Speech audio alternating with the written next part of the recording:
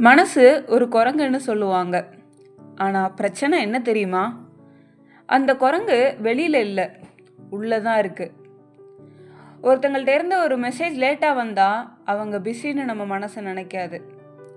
அவங்க நம்மள அவாய்ட் பண்றாங்க அப்படின்னு நினைக்கும்.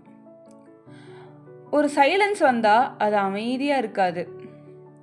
1000 கட்டுக்கதைகள் கட்டும் நம்ம மனசு. உண்மை ரொம்ப சின்னதா தான் இருக்கும். ஆனா நம்ம மனசு கட்டுற கதை ரொம்ப பெருசு. நம்ம வேதனையில பாதி நடந்த விஷயத்தினால வராது. நாம கற்பனை பண்ற விஷயத்தால தான் வரும்.